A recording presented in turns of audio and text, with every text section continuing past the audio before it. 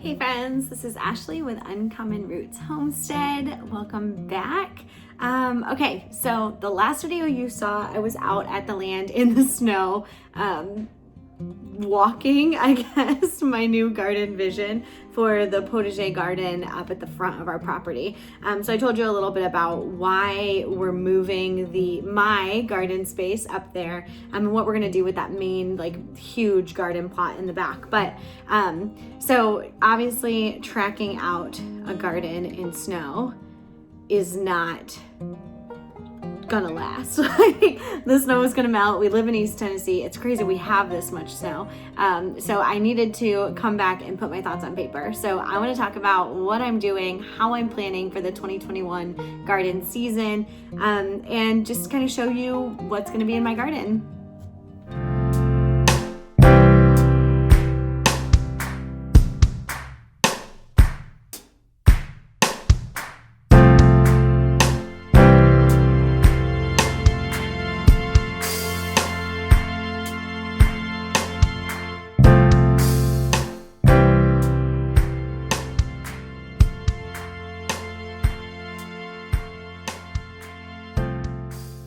Okay, so there wasn't a great way to set you up and show you everything that's going on. So I'm just gonna give you a little bit of a glimpse into my mess. So my friend Jill over at Whispering Willow Farm, if you follow her on Instagram, you'll see that she posted her story and she was like, man, Ashley is really organized. And I was kind of laughing to myself because I am a very visual person and I am pretty organized, but my path to organization looks like this. Now they are in piles. I have my cucumbers, my eggplants, my peppers, kind of random one-offs, artichokes, celery. I've got sunflowers. I've got my flowers all separated by variety. So there is a method to my madness, but it's still kind of madness. So, but I'll walk you through exactly what I do. So I'm gonna set you down. There we go. All right, so the first thing I did is I looked at the space I have. So no matter how you're gardening, whether you're gardening in a small backyard or a giant field, you need to know how much space you have. I cannot express how important that is. So last year, if you have been following me on Instagram for a while, you know that last year I had this grand vision for our backyard garden. Not only had I not really measured the space, I had eyeballed it, which I don't know, maybe your eyeballs are more accurate than mine, but mine were not so accurate. I'd eyeballed it, and then I had also not paid attention to the sun, which is such a critical mistake to make as a gardener. And I'm not even sure how I made it. Not even sure, but I didn't pay attention to the sun. So what I did this year, and the reason we went over to the land yesterday, was I wanted to take a look at the amount of space I had, measure it out, not just by walking in the snow, but actually take the the measuring. I don't even know what we have a walking measurer thing, but anyways, take that, figure out exactly how much space I had so I can come home and draw it out. I took a lot of video when I was there beyond just what I posted the other day that you guys saw. I took even more pictures so I could just see every angle of how much space I had so that when I came back to do this part of the process, I actually would be on the right track. Because you can have the most beautiful picture on paper, but if you've taken a 50 foot by 100 foot space and then created a vision for a 200 by 400 foot space, it is not going to scale down the way that you want it. And so you have to make sure you have a good idea of how much space you have, what can actually fit in that space before you start designing and working with different elements and figuring out where do I want plants that are going to be perennials if this is the first time that you're growing in a space. Do you want bushes? Do you want perennial flowers? Do you want trees? How are you going to plan that space? So that's what I did.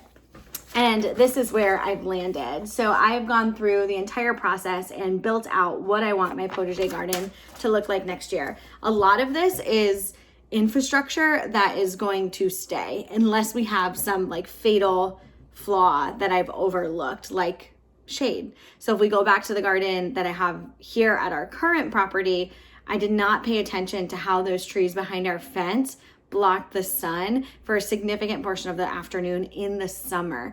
And that's a big deal. Now, I paid really close attention to this space last summer.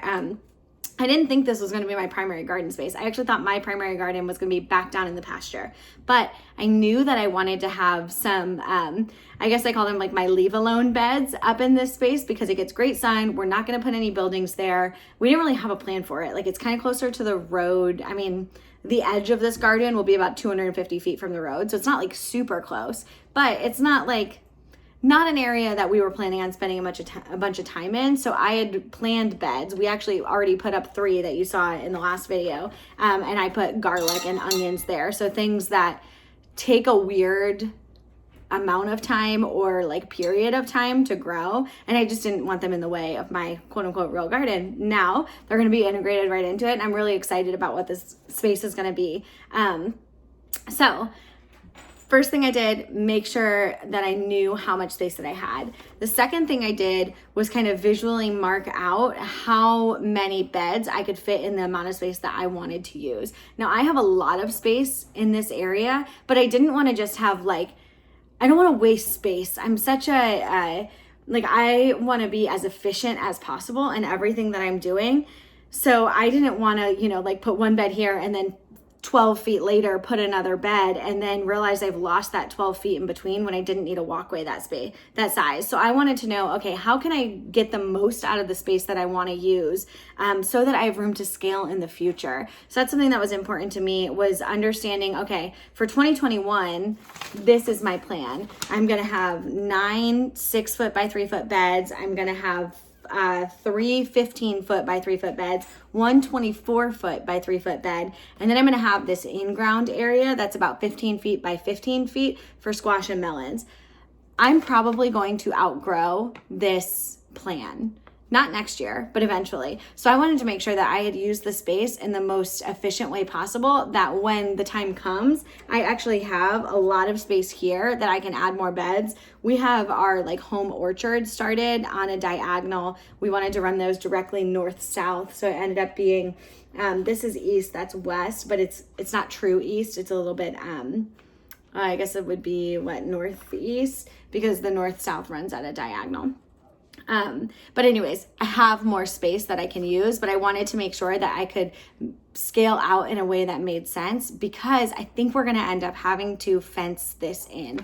I don't really want to, but I think I'm going to have to. I've been really thinking through how can I want it to be a true potager garden, which means it's a vegetable garden that is both visually and, efficiently designed. So I wanted to have a really nice flow. I want to have these flowers so that when you come in, I think I'm going to put an entrance over here through these blueberry bushes. So when you come in, you're kind of met with this, these paths that drive you down into these flower areas, and it just kind of all pulls it together. A lot of times you'll see a potager garden with some kind of element in the middle that's circular. I feel like that's beautiful, but I didn't feel like it was the most efficient use of the space that I had. So anyways, that's how I went about designing my garden. So the key things that you want to make sure that you're aware of: where's the sun in the summer? So I know if you watched my video yesterday, you heard me say there is a holly tree that is causing significant sun in the later afternoon over this area. That is not ideal. I am not 100% sure what that looks like in the summer. I'm thinking that space is in full sun until 5 or 6 p.m., which would be fine. That would actually work out. But if it's not, that tree is going to have to come down. I hate taking down trees, not because it's hard work or expensive. Actually, that tree Kevin can probably take down with some help. But I feel like, trees are such great habitats for local animals and birds, and it's just a great part of the ecosystem. And our goal primarily is sustainability. And it kind of feels counterintuitive, right, to take down a tree. But if that tree is going to prohibit the growth of all of this food, then I will sacrifice that tree. We have a whole forest of trees that we're not bothering. And that holly tree ultimately was at one point planted there. It was not indigenous to the area. So I can justify my way around that one. But anyways, so you want to make sure that you understand the sun and how the sun is going to hit your property. Keep in mind, most summer crops need 6 to 12 hours of direct sunlight every single day. That's a lot of sun. So you just want to be aware of what's happening there. So the next thing that I did is I wanted to look at all of the seeds that I had, and I wanted to make sure that I had everything accounted for that I wanted to grow. For this garden, it's kind of like I call it like my oasis. It's my place that I want to be able to experiment with new varieties. I want to grow food that our family can eat, but ultimately I want to be able to supplement what we're purchasing with things that we can buy ourselves. I actually was reading a really cool, actually maybe sad, but really cool statistic the other day. It was talking about French gardens, and it was actually the history of a potager garden. And it said that in France, as of a survey, I think it was in 2000, 23% of people, the survey was done by the government during a census. So 23% of the people who responded said that they grew 100% of the produce that they ate. I think that is so cool. And that's something that we've lost in America. I don't know that 23% of the people that I know could say that. I couldn't even say that. I mean, I could say that we grow most of the produce that we eat, but that's the direction that we're moving in. And I think it's really cool to be able to just kind of turn around and embrace this different mentality that's way more sustainable for you, for your family, and it's so much more rewarding. Like when I eat a tomato that I grew in my garden, the satisfaction is so much higher than eating something that I went to the grocery store and picked up. Yes, of course we still go to the grocery store. Like, we're by no means, trying to cut the grocery chain out of our lives altogether. But I do want to move to 80 to 90% self-sustainability, food sustainability. We don't, as of today, our goal is not to be off-grid. But I want to know where our food has come from and what went into it. And if that means growing it myself or raising it ourselves, or, supporting local farmers who are growing and raising food, I would much rather do that than go and support, a big box grocery store where that produce is coming from a different country in a lot of cases. So anyways, sidetracked. The next thing that I wanted to talk about is how do you decide what to grow?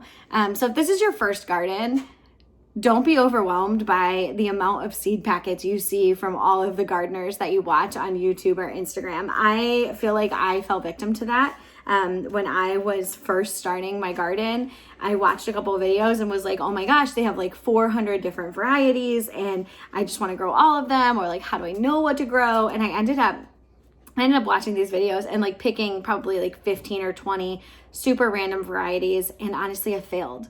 They failed. I picked like these purple tomatoes that I didn't get one tomato on, and I picked these like super like unique heirloom peppers that died. They got disease early. I didn't know what I was doing. And so growing these varieties that are harder to grow, they're not hard, but they are harder to grow if you don't know what you're doing. And then you're trying to do things organically. And it totally shot myself in the foot. I was discouraged. I felt like, okay, I don't have a green thumb. I can't do this garden thing. And that was not true. I'm really thankful that my husband didn't let me quit, because I wouldn't even be here today if I had not grown a garden the next year. So what I did the next year was pay attention to what grows well in my area. So not all varieties are created equal, especially not for your zone.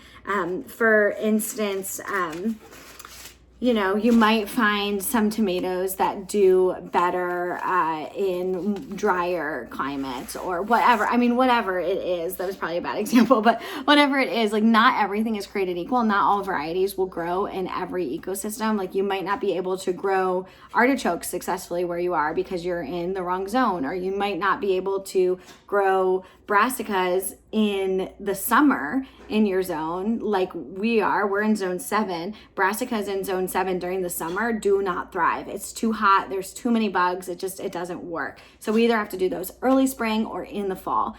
Those are things you just don't know when you're first starting out. So my best piece of advice is find a local seed company or seed store. So we have one local to us. And that was what I did the second year. I went into that seed store and I asked the owner, I said, hey, I'm brand new at gardening. I've never done this before. I want to grow some vegetables that we can eat and enjoy. Where should I start? And he led me to their seeds, which they grow in, it's all local. So these seeds were cultivated here in our area. And he led me to some different varieties that are really disease resistant. A couple of them were hybrids, which means I couldn't save the seeds and use them the next year. They weren't heirloom varieties, but they were good for me when I was first getting started because they had a high success rate. And so things like I did white wonder cucumbers, I did Boston pickling cucumbers, I did some Siberian dwarf kale, did really well in our area. Starting with local seeds does make a difference, but that doesn't mean you have to stay with local seeds. In fact, most of the seeds that I grow are not local now. But I had a lot to learn. I had a lot to learn about pests. What kind of pests do we deal with in our area? What kind of diseases do we deal with in our area? How do I combat those organically? Because though my garden is not technically organic, like I wouldn't be registered organic, I don't want to use any chemicals that would not be considered organic while I'm gardening. You know, we have little kids.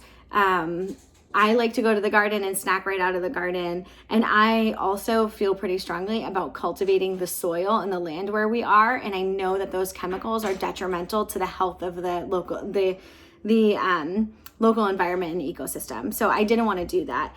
So that's where I started. And then once I got a good handle on, okay, you know, in June/July, most every year, I'm going to be dealing with really bad squash bugs.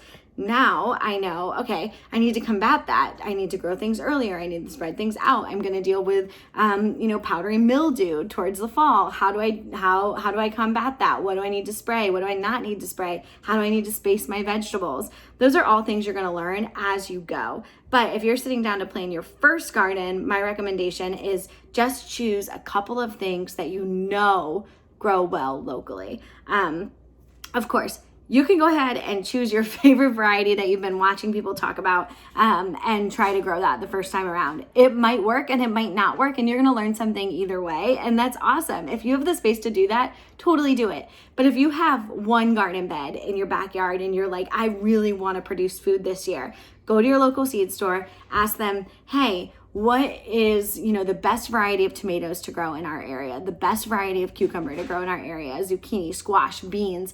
Figure out what those are and then plant 1 to 2 plants of those, because you're going to have so much more success. And that's just an encouraging way to start. I wish somebody had told me that when I first started. So if you're past that and you're just thinking, okay, what kind of varieties do I want to plant this year? I've had some really fun varieties that I ordered from Baker Creek. I'll link their website below. I think they have some seeds in stock. So peppers from Baker Creek are some of our favorites. Sugar Rush Peach. These are phenomenal. Kevin made a Sugar Rush Peach hot sauce that flew off our shelves. He made, I think he made like a couple of quarts of it, and usually that would be enough hot sauce to get us through until the next season. We have so many friends and family that once they tried it, they wanted some. We have none left. He gave it all away. But these are so good. I'm definitely gonna be planting a couple more plants of these. Something I'm not going to plant again, the Arroz con Pollo peppers. They're really sweet. I actually did a pepper video a little bit back. They're sweet. They have a unique flavor. We couldn't figure out what to use them in. They're almost too unique of a flavor. They weren't that good in stir fries. We couldn't put it in jambalaya. They're not hot at all. They just weren't a crowd favorite for us. So I probably won't grow those again. Habanadas, we loved this. We made some habanada salsa and things like that. Love the flavor. They taste just like habaneros without the heat. Mini bell peppers, probably not going to grow these again. They taste great and they're super fun. I actually thought our toddler would love them. She prefers to pick big peppers, and so these basically went to waste, and they took a lot of time to prepare if you weren't eating them raw. Corbachis, these are delicious. Highly, highly, highly recommend. Super sweet, super fun. I love to grab them and like eat them while we were in the garden. Zulus, these were really good too. They're very floral. Kevin didn't love them. I did. We'll grow those again.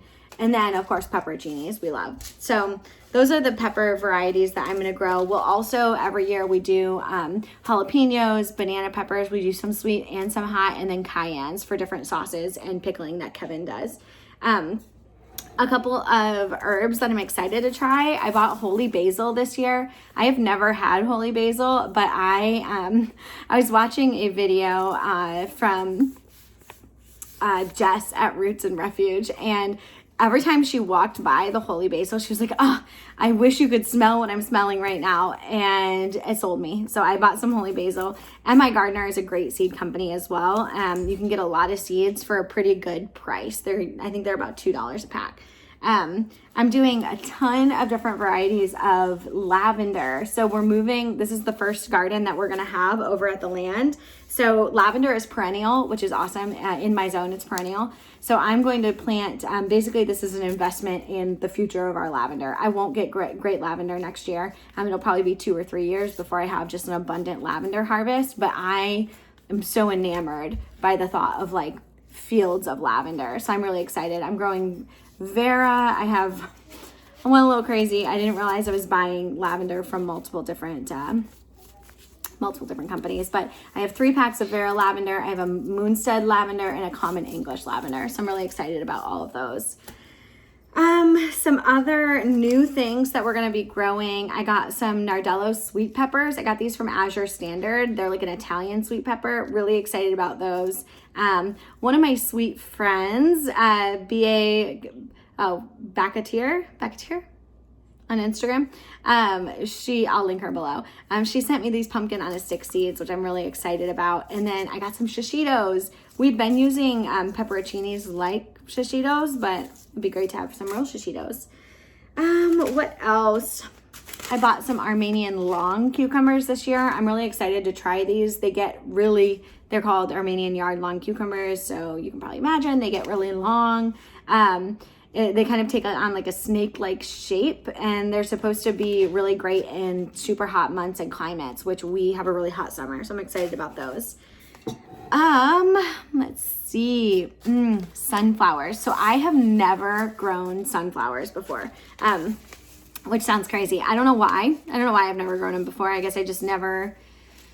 It was actually this year is the first year that I integrated flowers with my vegetables in our garden here at the house. And I said probably 100 times, I don't know why I've never done this before. I've had rose bushes. I'd love to bring fresh flowers into the house, but I had never grown zinnias or anything like that. And they were the star of my garden this year. So definitely doing a ton of zinnias. But then I'm also going to do some sunflowers. So I got some mammoth gray striped sunflowers. They looked beautiful. Some velvet queen sunflowers.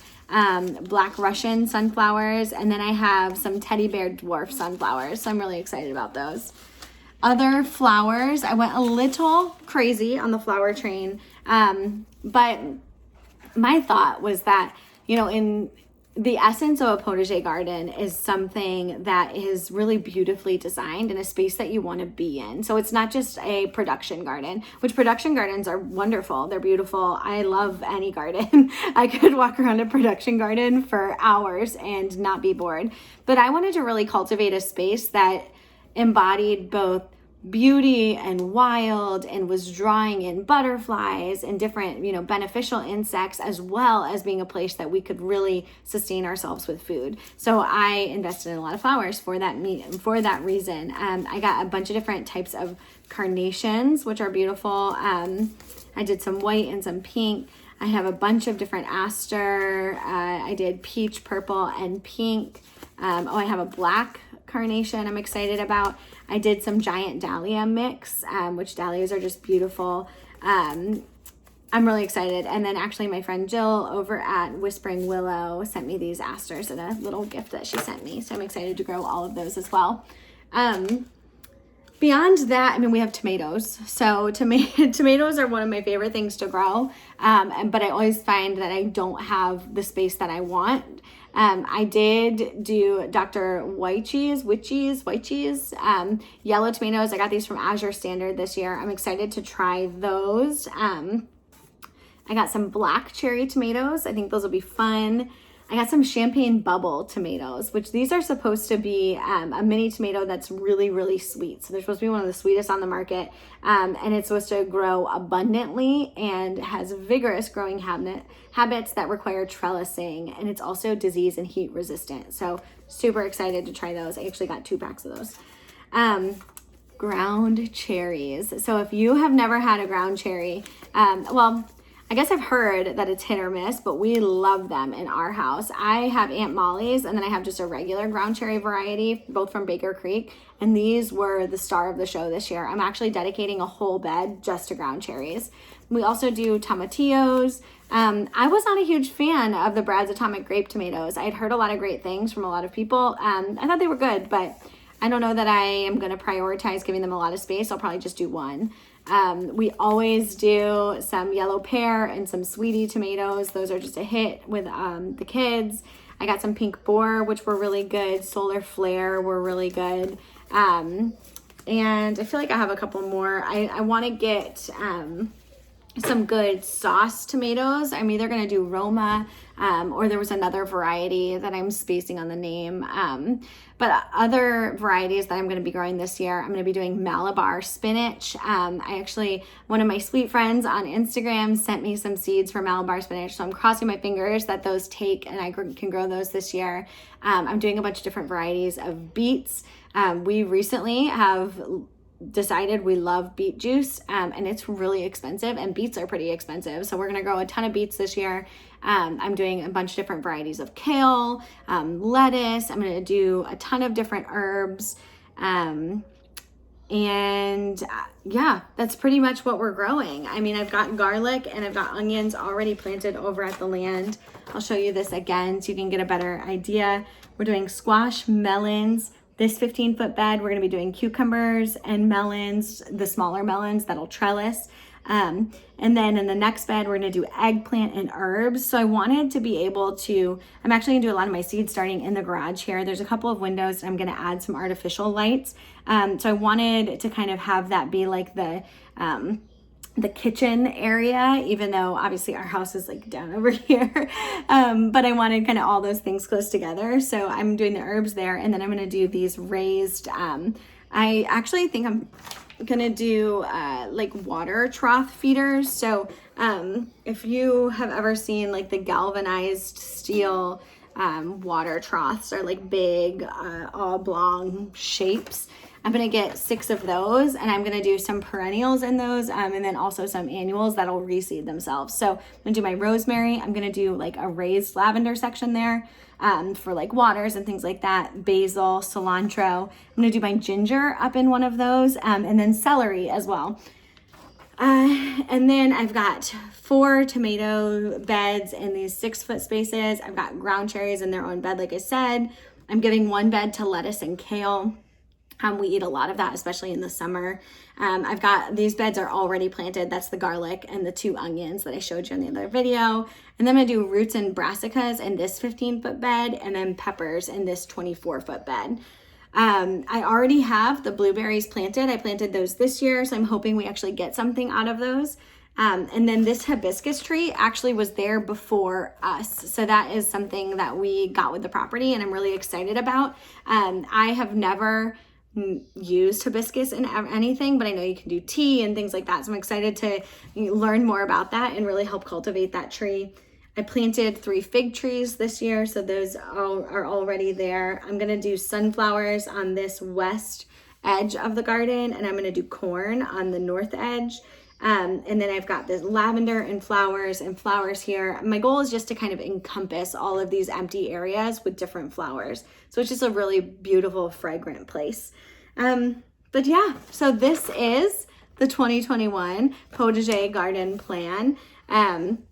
In the walkways, I think this year we're gonna do mulch. We had talked about maybe doing stone, but I don't wanna do stone until I'm 100% sure that this is how I want the garden to be designed long term. So because this is gonna be our first year growing, I always am kind of, we almost weren't gonna build any infrastructure, and I was just gonna kind of like do a hodgepodge of containers and plant in that area and make sure it's what I want. But we've watched it for about a year, and I think I know enough about the area that I'm comfortable in building this infrastructure. But I want to, not bring in stone and things like that until I'm 100% sure I don't want to move around any beds. So we're going to do all of the walkways with mulch, and we're still to be determined on a fence. I think we need to fence it in for to keep animals out, wild animals, not our own animals. All of our own animals are in their own fences, but I think I'm gonna need to fence it in, but I don't really want to. So